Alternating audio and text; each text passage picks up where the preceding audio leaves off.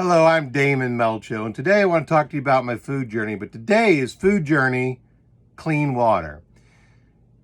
About 5 years ago, we woke up to find out that there was no water in the house. The city had shut it down, something had happened.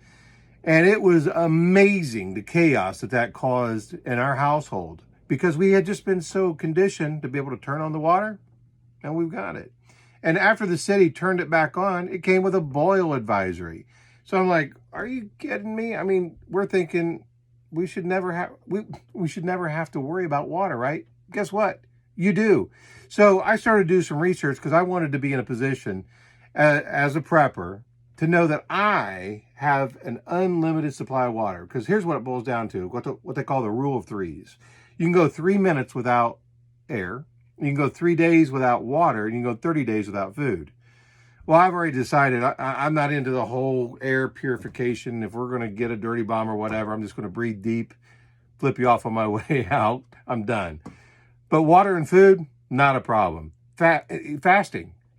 I have fasted up to 14 days for other reasons, but I also want to know what I was capable of doing, knowing that you really could go further than that if you had to. On the water, 3 days, man, that goes by quick.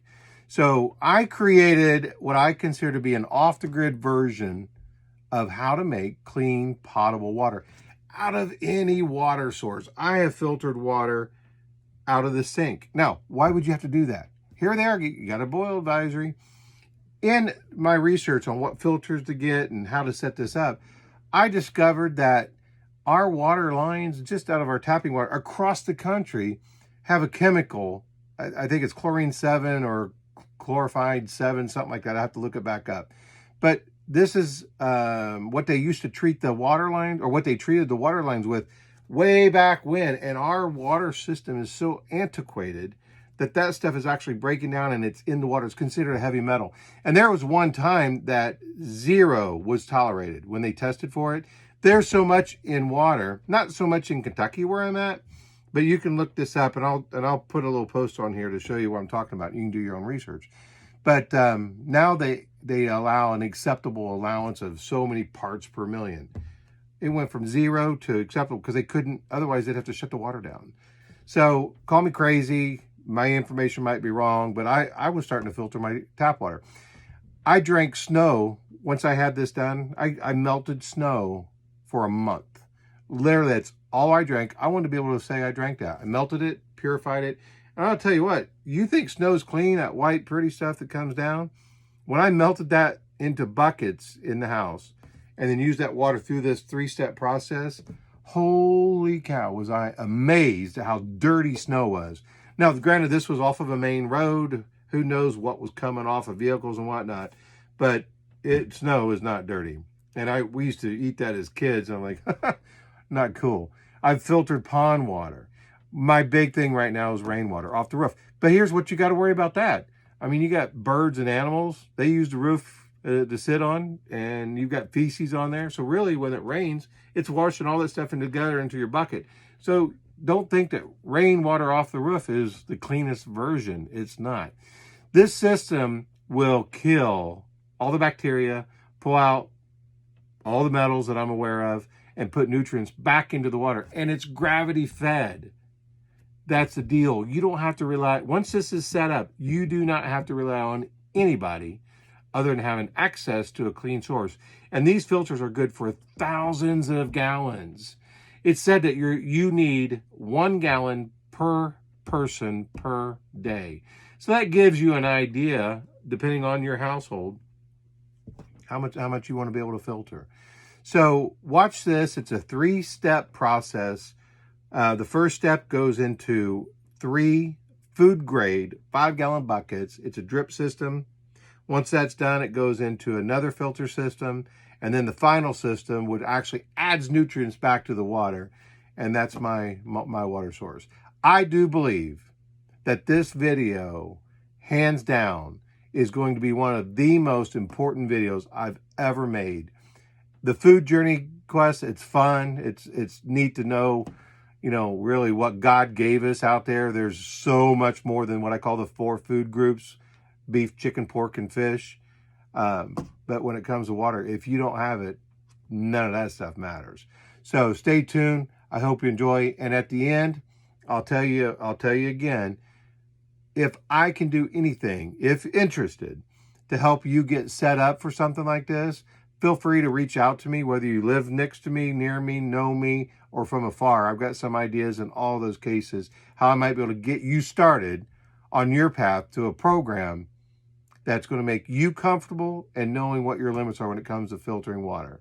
And remember, this isn't just some idea I've got. I have actually been drinking this stuff for well over 3 years.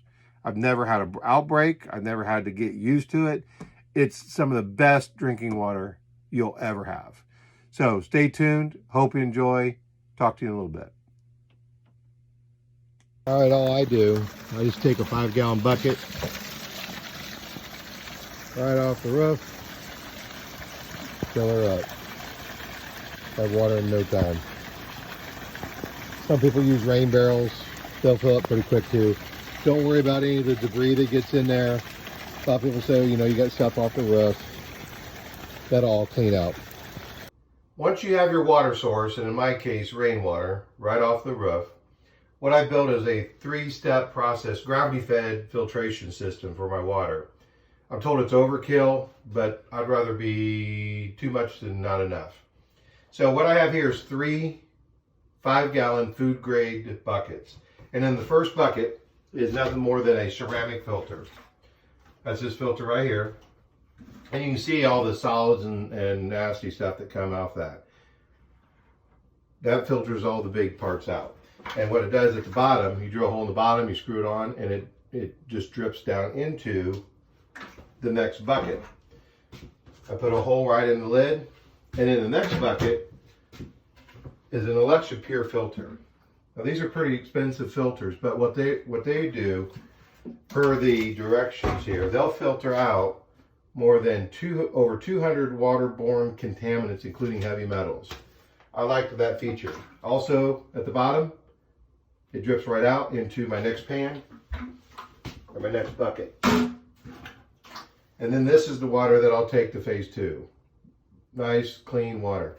Also to note, I put a tablespoon of bleach in the 5 gallons. And that'll help to kill any nasties in there as well. So there's my ceramic filter. Here's the rainwater I just got off the roof.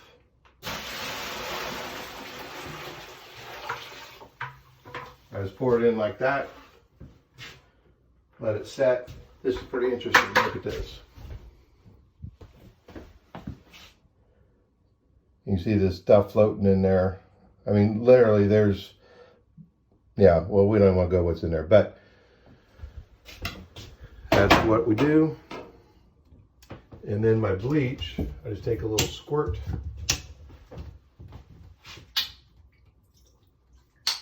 And that's what I do for bleach. It'll gravity fed. You can hear it dripping already. It's a very slow process. But when you set it like this, you come back tomorrow, you've got your first batch of water to work with.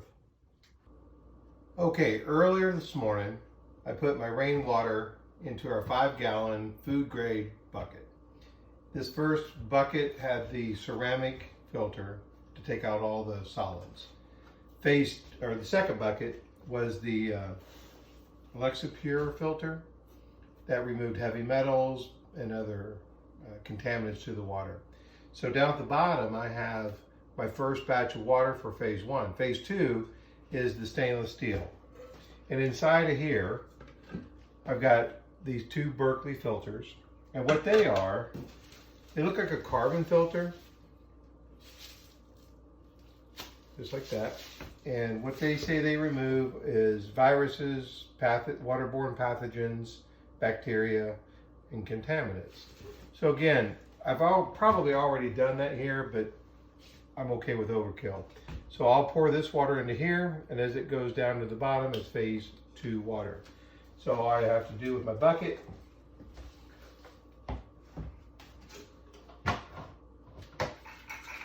and this water, we saw it earlier, so I'm gonna do this.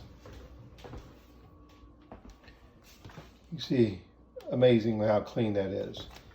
And if you look here,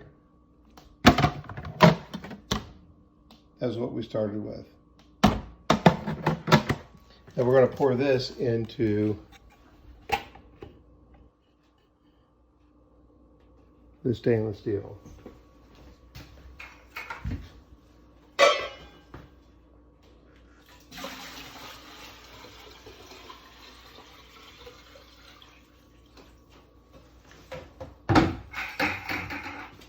A little messy, but it's almost like that set it and forget it. Cap it off. That'll gravity fed, feed down.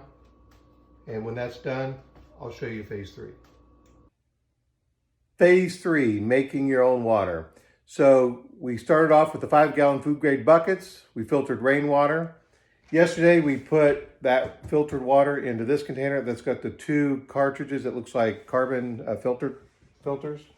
And then from here, we're going to go to here.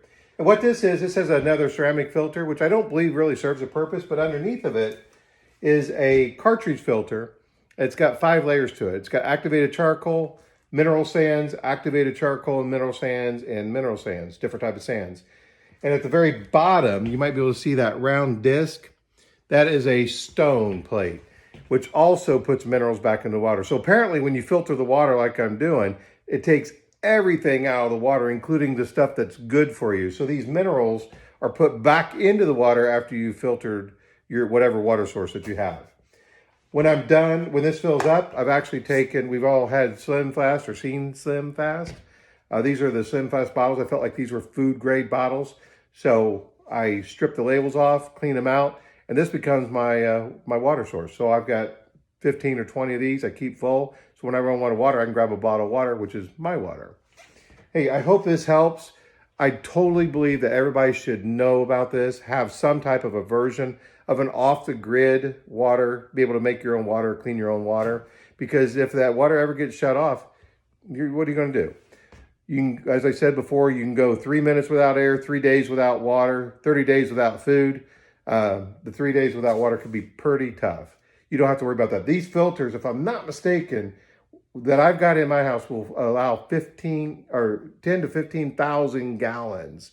You only need 1 gallon per person per day. So I'm very comfortable in knowing that I'm going to have water. And I'm also comfortable in the fact that this is for me because I've been drinking off of it as much as possible for over 3 years. Hey, if I can help you get set up in setting something like this up in your house, please feel free to contact me. I've got a couple ideas on how I might be able to do that, whether you're close to me or far away. And until then, I hope you guys have an amazing day.